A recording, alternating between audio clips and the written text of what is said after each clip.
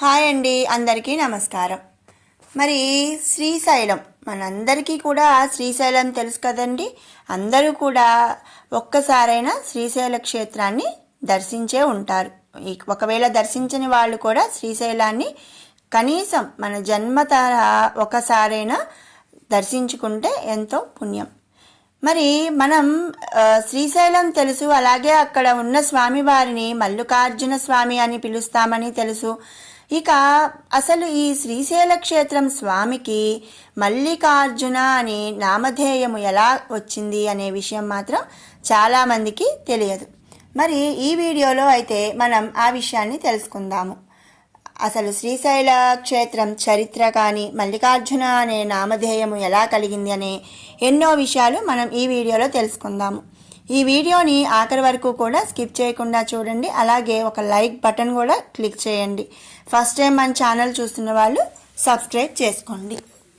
శ్రీశైల క్షేత్రం ఆంధ్రప్రదేశ్ రాష్ట్రంలో నంద్యాల జిల్లాలోని ప్రసిద్ధ శైవ క్షేత్రం అన్నమాట. ఇది నల్లమల అడవులలో కొండగుట్టల మధ్య గల శ్రీ మల్లికార్జునుని పవిత్ర క్షేత్రం. మరి మనం ద్వాదశ జ్యోతిర్లింగాలు అని విన్నాము కదా. ఈ ద్వాదశ జ్యోతిర్లింగాలలో ఒకటైనదే ఈ శ్రీశైల క్షేత్రం. హరహర మహాదేవ శంభో శంకర అంటూ భక్తుల గొంతులలో మారుమ్రోగుతూ ఉంటుంది.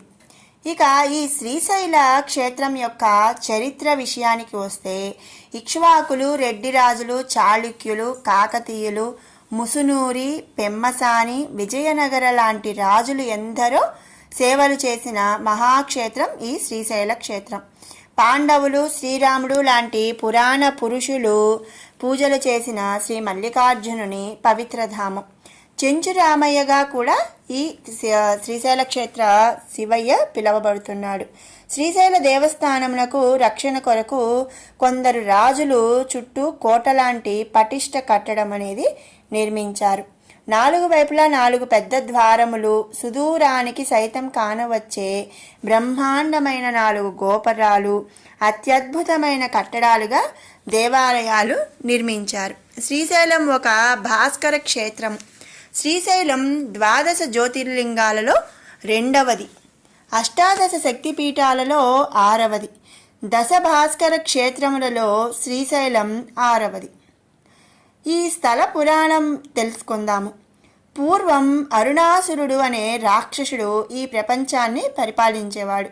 అతను చాలా కాలం పాటు గాయత్రి మంత్రం జపిస్తూ బ్రహ్మ కోసం తపస్సు చేసి ద్విపాదాలచే చతుష్పాదాలచే మరణం లేకుండా వరం పొందాడు. ద్విపాదాలు అంటే 2 కాళ్ళు ఉన్నవాళ్ళు, చతుష్పాదాలు అంటే 4 కాళ్ళు ఉన్నవాళ్ళు. అంటే 2 పాదాలంటే మనుషులు, చతుష్పాదాలంటే జంతువులు. ఇక వరం ప్రభావంతో భయపడిన దేవతలు ఆదిశక్తిని ప్రార్థించారు. అమ్మవారు ప్రత్యక్షమై అరుణాసురుడు తన భక్తుడని గాయత్రి మంత్రం జపిస్తున్నంత వరకు అతన్ని ఎవరూ ఏమీ చేయలేరని చెబుతుంది. తర్వాత దేవతలు పథకం ప్రకారం దేవతల గురువు అయిన బృహస్పతిని అరుణాసురుడి దగ్గరకు పంపిస్తారు. అరుణాసురుడు దేవగురువు బృహస్పతి రాక గురించి ఆశ్చర్యం వ్యక్తపరచగా బృహస్పతి అందుకు సమాధానంగా ఇద్దరం ఒకే అమ్మవారిని అంటే గాయత్రి మంత్రంతో పూజ చేస్తున్నామని, కాబట్టి ఈ రాకలో వింత ఏమీ లేదని చెబుతాడు. అందుకు అరుణాసురుడు దేవతలు పూజ చేసే అమ్మవారిని నేను ఎందుకు పూజ చేయాలని అహంకరించి గాయత్రి మంత్రం జపాన్ని మానేస్తాడు. దానికి కోపించిన ఆదిశక్తి భ్రమర అంటే 9 రూపం ధరించి అసంఖ్యాకంగా భ్రమరాలని సృష్టిస్తుంది. ఆ భ్రమరాలు అరుణాసురుడిని అతని సైన్యాన్ని సంహరిస్తాయి.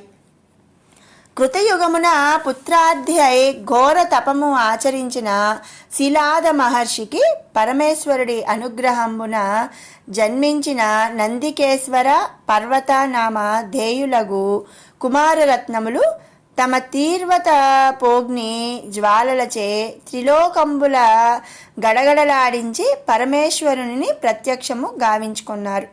అంటే వాళ్ళు చేసిన తపస్సు యొక్క అగ్ని అంటే జ్వాలలు ఆ అగ్ని జ్వాలలతో ఈ త్రిలోకాలు కూడా గడగడలాడిపోయినాయి అంట. వారిలో నందీశ్వరుడు ప్రమథ గణాధిపత్యమును ఈశ్వర వాహనత్వమును వరములుగా కోరాడు.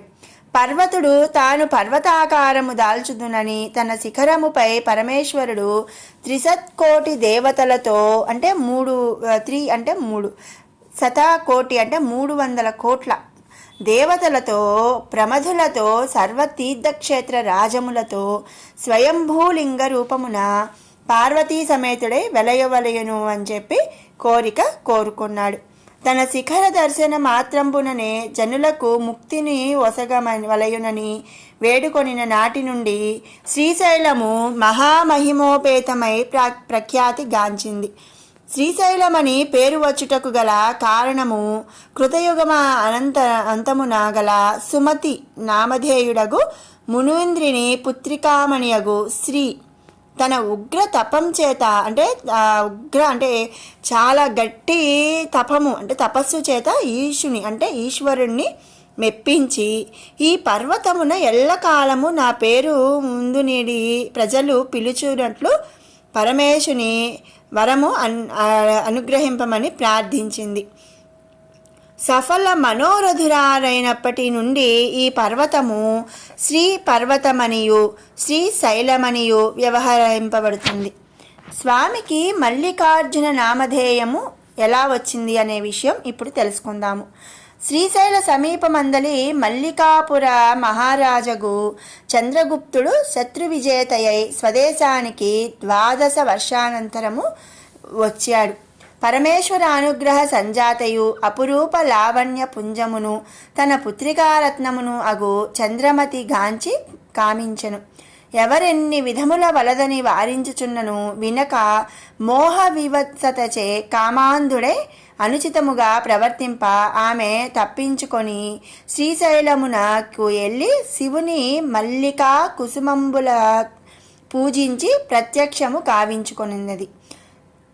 కామందుడగు తన తండ్రిని శిక్షించి మల్లికాపురమున దగ్ధమొనరింపవలసినదనియు తనకు దృఢమగు శివభక్తి నొసగి సర్వజన భజనీయుడగు అంబారూపంబు నొసగి మల్లికార్జునాఖ్యచే పరమేశ్వరుడు సుప్రసిద్ధుడు కావలెనని వరము కోరినది.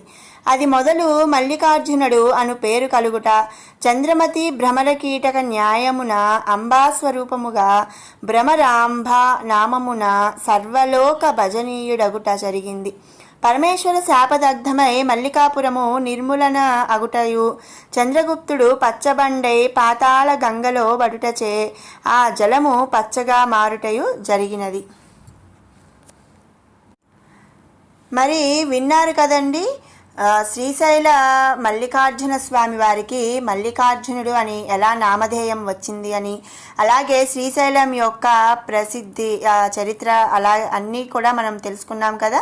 మీకు ఈ వీడియో నచ్చినట్టయితే లైక్ చేయండి, షేర్ చేయండి, అలాగే మరిన్ని అప్డేట్స్ కోసం మన ఛానల్ని సబ్స్క్రైబ్ చేసుకోండి. Thanks for watching.